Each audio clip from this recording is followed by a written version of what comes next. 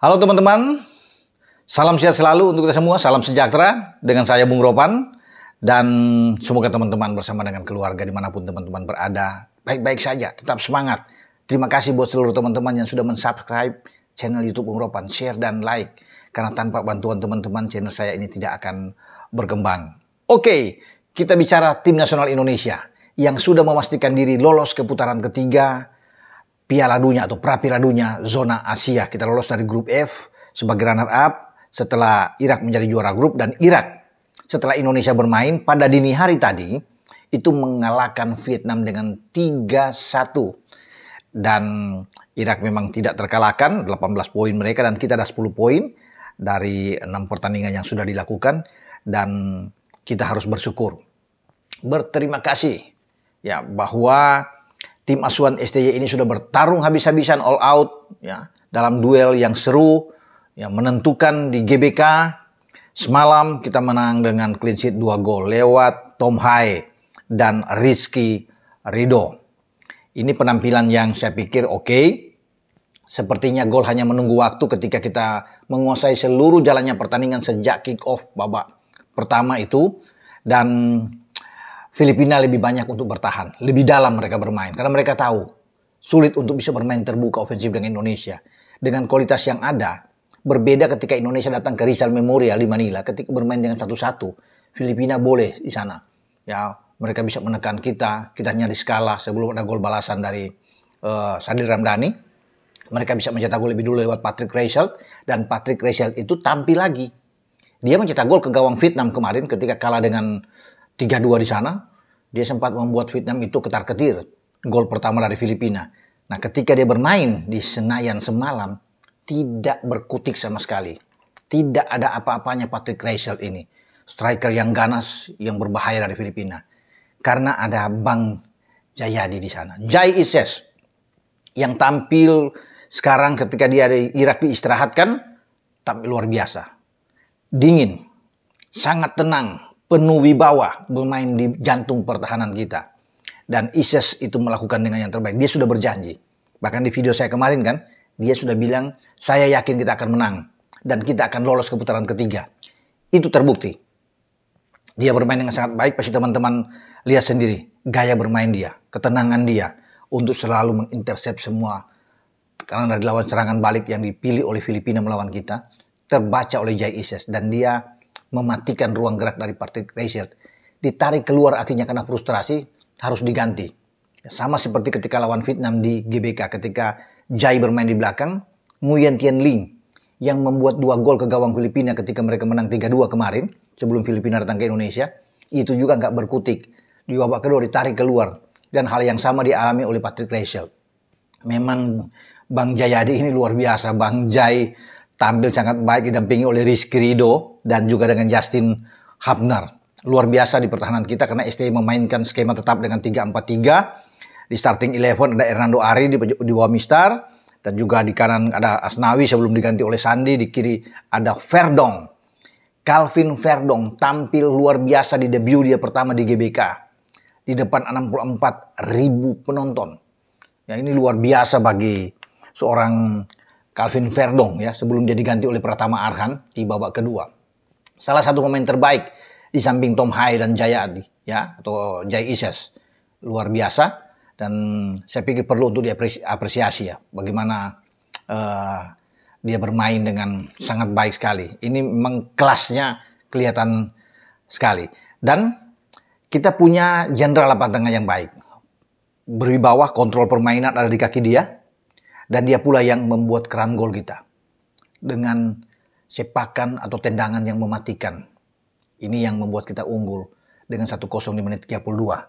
Tapi setelah itu hampir saja Hernando Ari lagi-lagi membuat kesalahan ya. Di menit 34 kalau tidak salah. Dan untung tidak menghasilkan gol. Berbahaya sekali memang.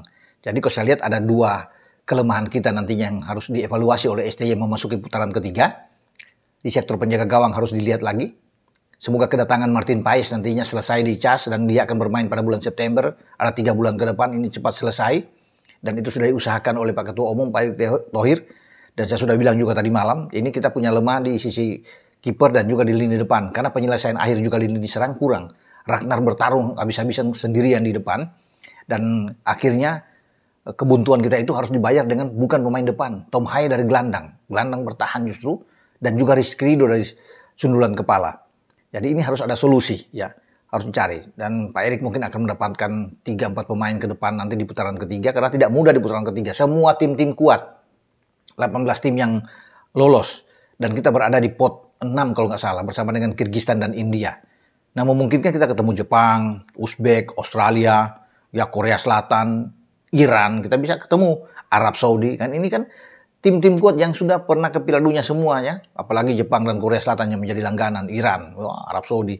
Nah, kita kalau tidak siap dengan materi tidak ditambah lagi, sulit kita bisa bersaing di putaran ketiga. Ya, dan ini menjadi pemikiran tentunya dari Pak Ketua Umum. Saya juga sudah berbicara tadi malam, selain memberikan ucapan selamat ke Pak Ketum, dan saya mengingatkan bahwa ingat, lini serang kita perlu diperbaiki, menambah lagi amunisi. Dan beliau sudah mengatakan itu dalam pemikiran memang harus cepat, mumpung masih ada 3 bulan ke depan untuk mendapatkan pemain-pemain grade A yang bagus untuk didatangkan. Ya, tinggal berburu sekarang.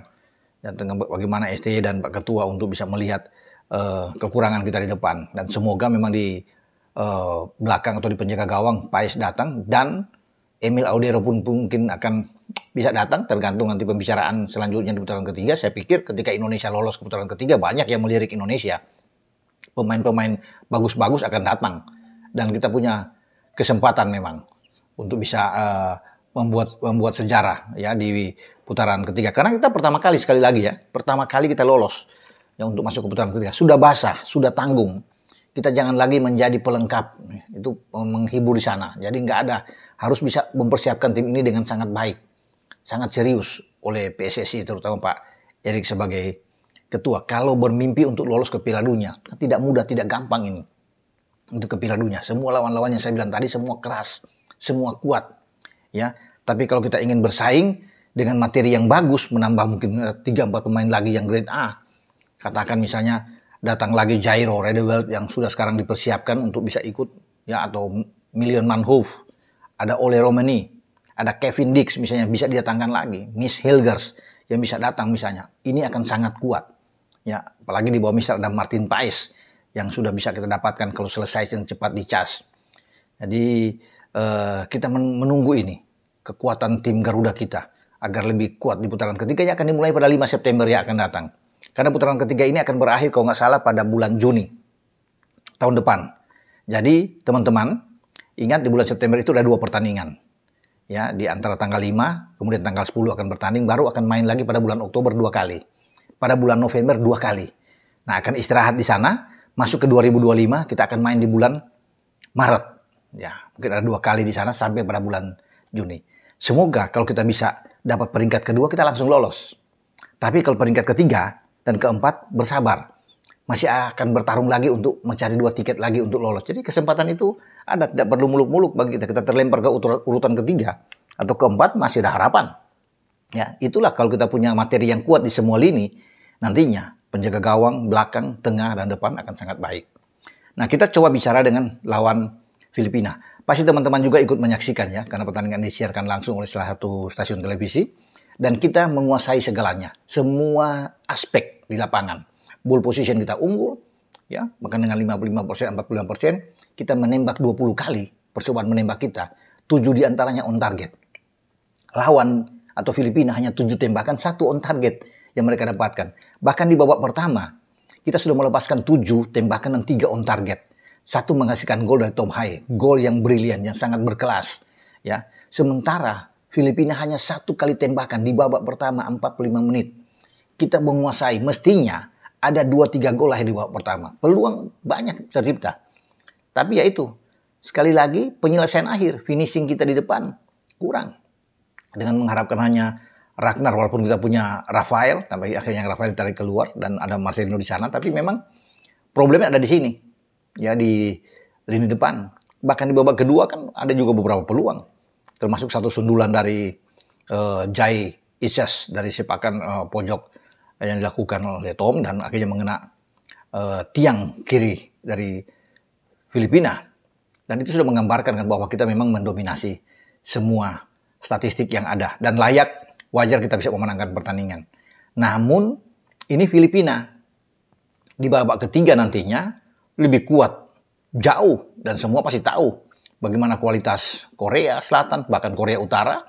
Ya, ada Bahrain, ada Oman, Kirgistan, Cina, yang Uzbek, Uni Emirat Arab, Qatar yang juga ikut lolos di 18 tim nantinya akan bersaing tentunya di sana. Kita akan tunggu undian pembagian grup, dan saya rasa kalau kita punya pemain-pemain yang bagus, kita mampu untuk bisa melakukan yang terbaik.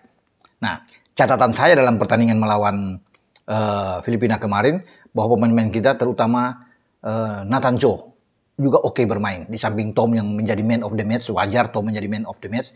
Ada Jai yang sangat bagus sekali di belakang. Calvin Verdong mulai debut dengan luar biasa juga. Nathan Cho, jangan lupa bahwa ini pemain yang memberikan 2 assist. Gol pertama Tom Hayes datang dari umpan sodoran dari Nathan Cho di daerah belakang dari tengah ke depan ke Tom. Gol kedua tendangan bebas diangkat oleh Nathan Cho di sana. Ya, walaupun kita lihat ada Tom yang bergerak, tapi Nathan yang mengangkat dengan kaki kiri disambar oleh Rizky Ridho. Jadi ini pemain yang bagus sebelum dia ditarik keluar digantikan oleh Ivar. Jadi kalau bisa disebut, saya pikir penampilan itu ada sekitar 5-6 pemain yang bagus. Ya, Tom, Jai, yang Verdong, kemudian Nathan Cho, dan juga dari Rizky Ridho. Ini kan pemain-pemain yang oke dalam penampilan melawan Filipina. Dan sekali lagi selamat buat kita yang sudah melangkah ke babak selanjutnya putaran ketiga, dan kita menjadi satu-satunya wakil Asia Tenggara. Vietnam habis, ya sudah diajar oleh Irak, KO. Thailand sangat menyesakan, tersisih dalam head to head kalah lawan Cina. Walaupun poin mereka sama 8. Mereka boleh menang melawan Singapura 3-1 pertandingan terakhir, tapi kalah head to head, akhirnya mereka di peringkat ketiga saja. Cina yang lolos. Ya, kemudian Korea Selatan di grupnya Thailand. Jadi habis sudah. Malaysia selesai. Nggak ada di Asia Tenggara. Tinggal kita yang menjadi harapan dari Asia Tenggara untuk bisa bertarung di putaran selanjutnya. Semoga tim Garuda kita, tim nasional kita terus jaya dan bisa berlari kencang. Siapa tahu ada kejutan besar, kita bisa lolos. Sekali lagi tidak gampang, tidak mudah. Mimpi itu harus dilaksanakan. Kecuali kita ada pembenahan habis-habisan yang dilakukan oleh PSSI, Pak Erik, untuk bisa menambal pemain-pemain terbaik yang saya sebut di awal. Kalau itu bisa datang di berbagai posisi, penjaga gawang, belakang, tengah, dan depan, kita akan oke. Dengan saya, Bung Ropan. Ciao.